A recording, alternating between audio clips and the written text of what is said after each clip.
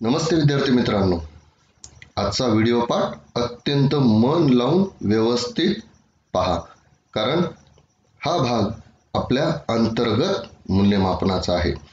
भूगोलच्या 40 गुणांचा पेपर ज्याचा सुधारित मूल्यमापन आराखडा आपण व्यवस्थित पाहिला आहे. तो जर आपण पाहिला नसेल तर त्याची लिंक आम्ही तुम्हाला डिस्क्रिप्शन बॉक्समध्ये देत आहोत. ती लिंक एकदा आपण व्यवस्थित पहा, म्हणजे भूगोलमध्ये आपल्याला 40 पैकी 40 गुण मिळतील. मग भूगोलाचं अंतर्गत मूल्यमापन कसं आहे याचा एक सविस्तर दृकश्राव्य माध्यमांचा वापर करून अत्यंत छान पद्धतीनं आपण आज पाहणार आहोत.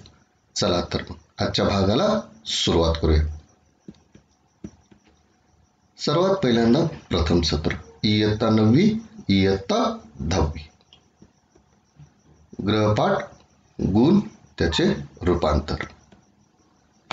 पहा, ग्रहपाठामध्ये 5 गुणांसाठी उपक्रम आणि 5 गुणांसाठी स्वाध्याय. त्या 5 आणि 5 गुणांचे मिळून 10, रूपांतर 5 गुणांमध्ये. मग उपक्रम काय घ्यायचे आणि स्वाध्याय काय आहे याच्यावर आपण सविस्तर सचित्र माहिती पाहणार आहोत पुढे. त्यानंतर 10 मार्कांसाठी बहुपर्यायी प्रश्न चाचणी म्हणजेच MCQ टेस्ट ही 10 गुणांची होईल. त्याचं रूपांतर 5 गुणात होईल, म्हणजे एकूण 20 गुण, त्याचे रूपांतरित गुण 10. आता आपण एकेकावर चर्चा करूया. उपक्रम, स्वाध्याय आणि बहुपर्यायी प्रश्न. काही प्रश्नांचे प्रकार किंवा काही उदाहरण मी घेतो की त्या पद्धतीने आपण उपक्रम राबवू शकतो. प्रथम सत्र, गृहपाठ क्रमांक 1, उपक्रम. पहा, 1. बहुउद्देशीय धरण प्रकल्प याविषयी क्षेत्र भेटीद्वारे किंवा इंटरनेटद्वारे माहिती मिळवा व माहितीचे सादरीकरण करा.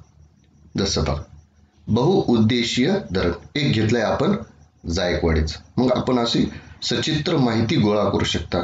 जायकवाडी धरण, यात आपल्याला काय घेता येईल? हे धरण केव्हा बांधण्यात आले, कोणत्या नदीवर आहे, कोणत्या शहरात आहे किंवा कोणत्या शहरापासून जवळ आहे, किंवा कोणत्या गरजा यांनी यशस्वीपणे पूर्ण केल्या, या धरणाच्या बाजूची प्राकृतिक रचना, या धरणाचा इतिहास आणि या धरणाची सविस्तर माहिती, म्हणजे उंची किती आहे, लांबी किती आहे, पाणी साठा किती आहे, यामुळे किती गावं ओलिताखाली येतात किंवा किती जमीन प्रभावित क्षेत्रात येते, अशी सचित्र माहिती आपण याच्यात देऊ शकतो. अजून एक उपक्रम पाहूया. जसं भारत आणि ब्राझील या दोन्ही देशातील राज्यांची नावे दर्शविणारा एक तक्ता तयार करू शकतो किंवा असा मॅप तयार करता येते, आणि त्यातील कोणत्याही एका राज्याचं स्थान, विस्तार आणि क्षेत्रफळ इत्यादी बाबींची माहिती आपण वर्गात सादर करू शकतो. अजून एक उपक्रम काय घेता येईल? तुमच्या जिल्ह्यातील वार्षिक सरासरी पर्जन्यमान आणि तापमान या बाबींविषयी इंटरनेट किंवा संदर्भ पुस्तके यांच्या आधारे सविस्तर माहिती मिळवा. मिळालेली माहिती वर्गात सादर करा. तुमचा जिल्हा, मग तुमच्या जिल्ह्यातलं सरासरी पर्जन्यमान किती आहे, तापमान किती आहे, याची माहिती आपण इंटरनेटवर, संदर्भ पुस्तकांवर किंवा मग तज्ञांच्या माध्यमातून गोळा करून ती आपण वर्गात सचित्र प्रेझेंटेशन करू शकतो. त्यानंतर अजून एक उदाहरण घेता येईल. भारतात पुरुषांची संख्या स्त्रियांपेक्षा जास्त आहे, अशीच परिस्थिती भारतातील सर्व राज्यांमध्ये आहे का, ते इंटरनेटच्या आधारे शोधा. म्हणजे ज्याला आपण लिंग गुणोत्तर म्हणतो. म्हणजे पूर्ण राज्यांच्या लिंग गुणोत्तरांचा तक्ता तयार करा आणि महाराष्ट्रातील लिंग गुणोत्तराविषयी सविस्तर माहिती द्या. म्हणजे याही पद्धतीने आपण उपक्रम घेऊ शकतो. म्हणजे 4 प्रकार मी तुम्हाला दाखवलेत. अशा पद्धतीची अनंत उपक्रम आपण घेऊ शकतो. गृहपाठ क्रमांक 2, स्वाध्याय. यामध्ये मुक्तोत्तरी प्रश्न विचारल्या जावा, म्हणजे जिथं विद्यार्थ्यांच्या बुद्धीला पूर्ण चालना मिळेल अशा पद्धतीचा एक 2 उदाहरण आपण घेत आहोत. एक पहा, इंटरनेटच्या आधारे भारत आणि ब्राझील या 2 देशातील स्वातंत्र्योत्तर काळातील फरक शोधा आणि मिळालेली माहिती तुलनात्मक तक्त्याच्या स्वरूपात लिहा. भारताची आणि ब्राझीलची स्वातंत्र्याच्या नंतरची किंवा स्वातंत्र्योत्तर काळातील माहिती शोधायची आणि त्याचा तुलनात्मक तक्ता तयार करायचा. अजून एक उदाहरण घेऊया. भारत आणि ब्राझील यांचे स्थान, विस्तार यांचा विचार करता हवामान, तापमान, पर्जन्यमान इत्यादी घटकांमध्ये होणारा दिशानिहाय बदल विश्वकोश किंवा इंटरनेट यांचा वापर करून शोधा. म्हणजे तुम्ही विश्वकोश वापरू शकता, संदर्भ पुस्तक वापरू शकता, इंटरनेटचा वापर करू शकता, टेक्स्टबुकचा वापर करू शकता आणि आपलं एक सुंदर प्रेझेंटेशन करू शकता. या पद्धतीचे 2 उदाहरण देतो स्वाध्यायासाठी. यानंतर बहुपर्यायी प्रश्न चाचणी म्हणजेच MCQ ही 10 प्रश्नांची असेल, 10 गुणांसाठी असेल, त्याचे 5 गुणांमध्ये रूपांतर होईल. यानंतर पहा, द्वितीय सत्र अंतर्गत मूल्यमापन कसं होईल. गृहपाठ, गुण, रूपांतर सेम स्ट्रक्चर आहे. उदाहरण थोडेसे बदलतात किंवा थोडंसं प्रारूप बदलते, समजून घ्या. नाही समजलं आम्हाला कमेंट बॉक्समध्ये विचारा, आम्ही तुम्हाला त्याची उत्तरं निश्चित देऊ. फक्त विद्यार्थी मित्रांनो एवढीच विनंती, आमची मेहनत जर आपल्याला आवडली असेल आणि आपण जर अजून सबस्क्राईब केलं नसेल तर चॅनलला सबस्क्राईब करा, प्रत्येक व्हिडिओ पाठांना लाईक करत चला आणि हे ज्ञान आपल्या विद्यार्थी मित्रांना, आपल्या मित्रांना, आपल्या मैत्रिणींना शेअर करत चला. म्हणजे त्यांना सुद्धा याचा काय होईल, लाभ होईल. पहा, गृहपाठ क्रमांक 1, 2 थोडासा बदल होतो याच्यात. नकाशावर आधारित कृती किंवा आकृत्या किंवा आलेख काढणे किमान 5 गुण 5. त्याच्यानंतर स्वाध्याय 5 गुण, 10 गुणांचे त्याचे 5 गुणात रूपांतर होते. शिक्षक आपणास एकतर 5 नकाशे देतील, 5 आलेख देतील किंवा 5 आकृत्या देतील किंवा मग ते मिक्स करून देऊ शकतात. 2 नकाशे, 2 आलेख, 1 आकृती किंवा मग 1 नकाशा, 2 आकृत्या, 2 आलेख असं ते करून तुम्हाला 5 देऊ शकतात. आणि स्वाध्याय. यानंतर बहुपर्यायी प्रश्न चाचणी म्हणजेच MCQ 10 गुणांची, त्याचं 5 गुणात काय होईल, रूपांतर होईल. त्याचा चार्ट कसा करायचा फायनल तुम्ही शेवटी देत आहे. पहा, एकूण 20 गुण, रूपांतरित गुण 10. द्वितीय सत्र. पहा, गृहपाठ क्रमांक 1 नकाशे, आलेख, आकृत्या यावर आधारित कृती. जसं पहा 1 देतोय, भारताच्या नकाशा आराखड्यात पुढील बाबी दाखवा, चिन्हांकित करा, त्यांना नावे द्या आणि सूची तयार करा. विद्यार्थी मित्रांनो हा प्रश्न आपणा स्टेट बोर्डच्या दृष्टिकोनातून अत्यंत महत्त्वाचा आहे. त्यामुळं अशा आकृत्या, असे आलेख, असे नकाशे व्यवस्थित सोडवा, ज्याचा तुम्हाला निश्चितच स्टेट बोर्डला फायदा. मग काय दाखवायचं आपल्याला. 1 क्षेत्रफळाच्या दृष्टीने भारतातील सर्वात मोठे राज्य. 2 क्षेत्रफळाच्या दृष्टीने भारतातील सर्वात लहान राज्य. 3 बिहार राज्य. 4 नवी दिल्ली. 5 इंदिरा पॉइंट. अजून एक उदाहरण घेऊया. पहा, ब्राझीलच्या नकाशा आराखड्यात पुढील बाबी दाखवा, चिन्हांकित करा, नावे द्या, सूची तयार करा. विद्यार्थी मित्रांनो स्टेट बोर्डच्या परीक्षेत तुम्हाला सूची तयार करावीच लागते. काय दाखवायचं.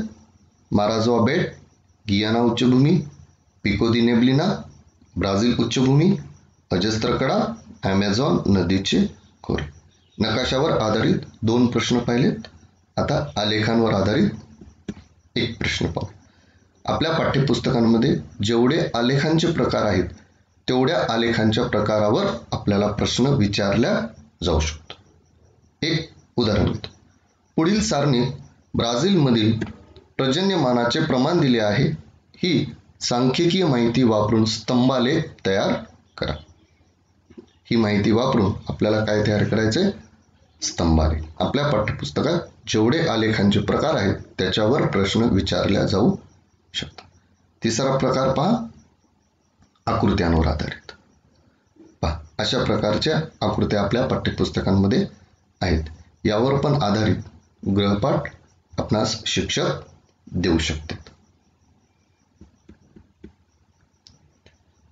त्याच्यानंतर पहा, गृहपाठ क्रमांक 2, त्याला म्हणतो आपण स्वाध्याय. स्वाध्यायामध्ये मी पूर्वी सांगितल्यासारखं मुक्तोत्तरी प्रश्न विचारल्या जाऊ शकते. प्रश्न कसा दिलाय बघा. इंटरनेट, संदर्भ पुस्तके, मासिके याद्वारे भारतातील कोणत्याही एका नदीची सविस्तर माहिती मिळवा व मिळालेली माहिती चित्रे, छायाचित्रे इत्यादींचा वापर करून लिहा. मग तुम्हाला एक असा मॅप दिलाय की ज्याच्यामध्ये भारतातील प्रमुख नद्या दर्शविल्या आहेत आणि सरोवर प्रदर्शित. तुम्ही कोणतीही एक नदी घेऊ शकता. जसं तुम्ही घेतली आहे समजा गंगा, तर मग सुरुवातीला गंगेचा उगम, त्याच्यानंतर गंगेच्या उपनद्या, त्याच्यानंतर गंगा कोणत्या राज्यातून वाहते, त्याच्यानंतर गंगा नदीचं पाणलोट क्षेत्र, त्याच्यानंतर गंगा नदीच्या पाण्यानं प्रभावित क्षेत्र आणि गंगा नदी कुठे जाऊन मिळते या पद्धतीने. किंवा मग भारतातील प्रमुख सरोवरे, हे पण सुद्धा आपण उपक्रमांमध्ये घेऊ शकतो. चला पुढचं उदाहरण पाहूया. इंटरनेटच्या आधारे भारतातील कोणत्याही एका राष्ट्रीय उद्यानाची सविस्तर माहिती मिळवा. मिळालेली माहिती चित्रे, छायाचित्रे इत्यादींचा वापर करून स्वतःच्या शब्दात लिहा. मग तुम्हाला जे आवडेल ते राष्ट्रीय उद्यान आपण निवडू शकता. मग ताडोबा राष्ट्रीय उद्यान निवडू शकता, किंवा सागरेश्वर आहे, किंवा काझीरंगा राष्ट्रीय उद्यान आहे. कुठलेही तुमच्या मनाला जे येईल ते राष्ट्रीय उद्यान निवडायचं आणि त्याची सविस्तर सचित्र माहिती लिहायची. चला अजून एक उदाहरण पाहूया.